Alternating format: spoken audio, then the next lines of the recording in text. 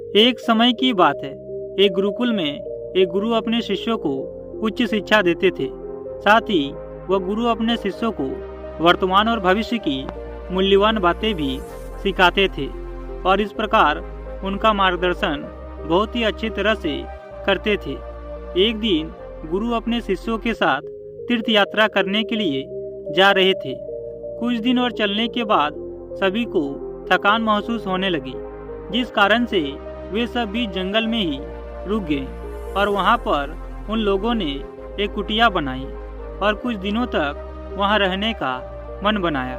लेकिन गुरु अपने शिष्यों को वहां पर भी मार्गदर्शन कर रहे थे, परंतु कुछ देर के बाद गुरु को कुछ आवाजें सुनाई देती है। जब गुरु ने बड़े ध्यान से उस आवाज को सुना तो उनको लगा कि कुछ स्त्री जोर जोर से रो रहे हैं और इस प्रकार रोने की आवाज को सुनकर उन्होंने अपने शिष्यों को अपने पास बुलाया और उनसे कहा कि शिष्यों, यहाँ पर जो स्त्री की आवाजें आ रही है वह किस दिशा से आ रही है। अपने गुरु की बात सुनकर सभी शिष्य आश्चर्यचकित होने के साथ साथ सभी गुरु की बातों से परेशान होकर एक दूसरे का मुंह देखने लगे, क्योंकि उन सबको वहां पर कोई आवाज ही सुनाई नहीं दे रहा था।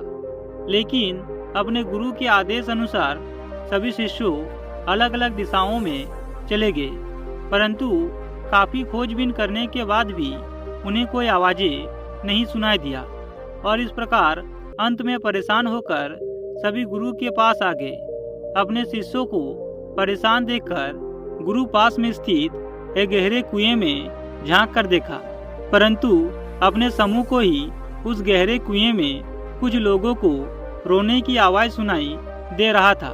परंतु गुरु ने जब उस अंधेरे कुएं में झांक कर देखा तो वहां पर 5 लोग बहुत ही बुरी दुर्दशा में बिलख बिलख कर रोते हुए दिखाई दिया, परंतु अभी भी शिष्यों को कोई आवाज ना तो सुनाई दे रही थी और ना ही कुछ दिखाई दे रहा था। तब गुरु ने उस कुएं में कुल 5 लोगों को मुस्कुराते हुए देखा, जिसे देखकर उसने पूछा कि तुम किन कर्मों का फल भोग रहे हो। तभी गुरु की बात सुनकर वे 5 और जोर जोर से बिलख कर रोने लगे, जिसे सुनकर गुरु जी ने अपने शिष्यों को बताया कि यहाँ पर 5 प्रेत आत्माएं हैं। लेकिन यह सुनकर सभी शिष्य डर के मारे कांपने लगे। तभी गुरु जी ने कहा कि शिष्यों, तुम सब डरो मत, तुम सभी इनसे ज्यादा शक्तिशाली हो, क्योंकि तुम सब लोग कर्मों से महान हो और ये सभी आज अपने पिछले कर्मों का फल भोग रहे हैं। आज इस समय इन लोगों से दुर्लभ और कोई नहीं है। अपने गुरु की बात सुनकर शिष्यों ने बड़े ही आश्चर्य से गुरु से पूछा कि गुरुजी, इन्होंने ऐसा क्या किया है जिनकी वजह से इन्हें कर्मों का फल भोगना पड़ रहा है। और इस प्रकार उन शिष्यों की बात सुनकर पहली प्रेत आत्मा ने जवाब देते हुए कहा कि वह पिछले जन्म में ब्राह्मण कुल में पैदा हुआ था और वह एक ब्राह्मण था, भिक्षा मांगता था, परंतु उस भिक्षा को भोग विलास में खर्च कर देता था।